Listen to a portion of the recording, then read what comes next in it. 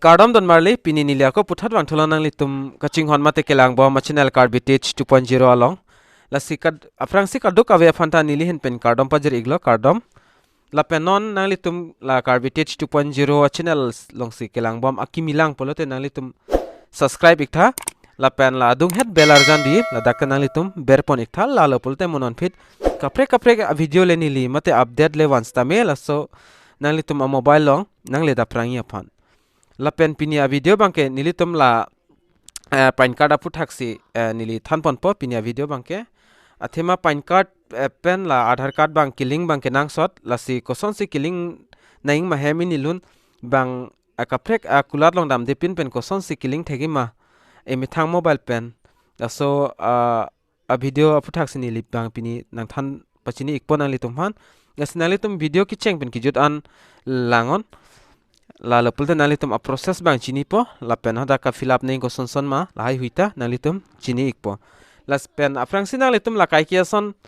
sub sovet stamil la intro bang nalitum lang pon iktha la intro lang dat a phit la video bang le cheng pon phit lunak tangte intro lang igon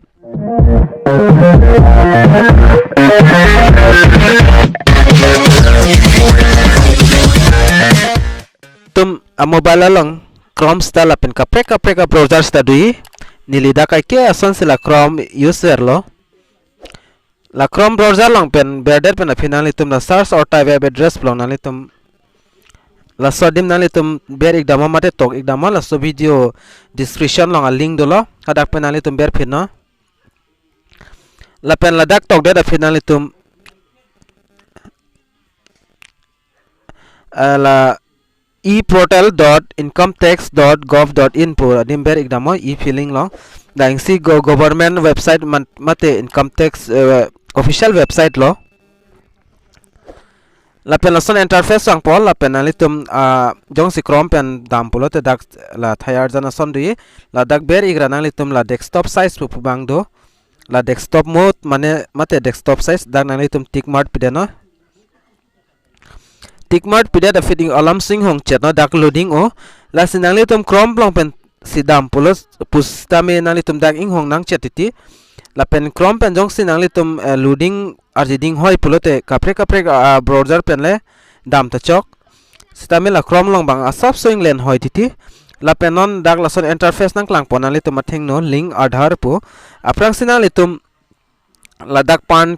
card a number bang ber nang pola pen nang litum ko so Adhar pen si edima da so Adhar bang dak nang litum a number ber nang po la pen Adhar long amen ber nang po la pen nang litum dak bange la mobile number ber nang po la hai hui ber det pen a phir nang litum la a ber hini la box dui la hini box long nang litum la son tik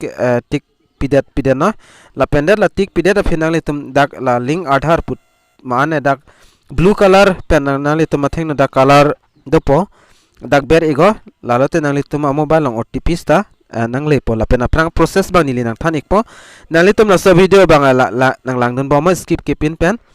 ase aprang sin nili dak nili long ke thampli for pan card la pen Adhar do lai hoi tumta kipu la Adhar pen link le lang pu la se link maling le manili check pi ponon lang litum phani le aprang si dak non pan number ber po la pen Adhar number hai hui ber po nilidak video bang सबसे paching ton ikok po la pen nilidak Adhar number la pen mobile number hai hui ta ber igelo la pen non la I agree pula hini long kanang litum la son check mark pinang po la check mark pida da finally tum atheng no la pu la link Adhar pudi lampen nilinang thana son no la son blue color na litum atheng no bang po dak ber igo dak ber ig det pen na litum atheng no lesson interface nang klang po your pan is already linked to given Adhar la silaso pan card la pen Adhar card bang la tum bang link elo la sinon ka prek Adhar card bate pan card bang lang pon thunang link doma avema la sinili dak video सबसे paching ton ikpo la phila bahut la pen nili dak fill up thaila la pen ako link Adhar pulong ber iglepo la pen la dak tok iglo la bang ing sonalam bang anang litum dak thek pon long po Adhar name provided does not match the with the name as the pan. Please check the spelling and correctness for the entered name and resubmit the request in case the Adhar name provided is correct. Then to update your name in PAN, please contact NSDL. La sidak tok iglo la pen Adhar card along pen la PAN card along ta amen ing siwet na ing kalte dak nalitum update mate link un e. La sinalitum ching amen jong si PAN card pen Adhar card dak link do pulote sorry amen jong si choklim pulote nalitum dak pen update igo la pen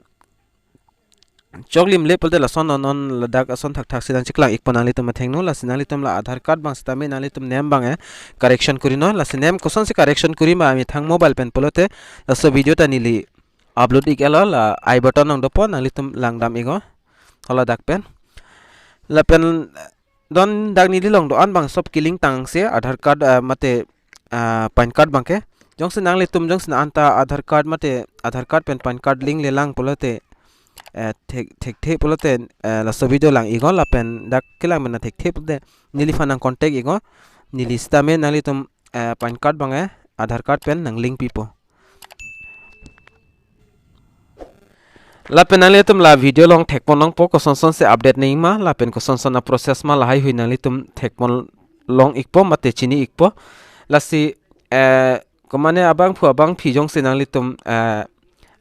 son lingi pulote thek pulote nili fanang contact igo la so video description long stame nili contact info ai huita nili piadlo nili stame ang smart pi ikpo nalitum phan la si so video lang mission pula nalitum share iktha la pen like ta pi ikdatha la pen la Karbi 2.0 la so channel ta nalitum la subscribe iktha la pen la dung het belar jandi lata berpon ikdatha tangte pinia video long bang la anchot lo la si mo next video long le chitong nang kadu kavita dume thakme Kardom.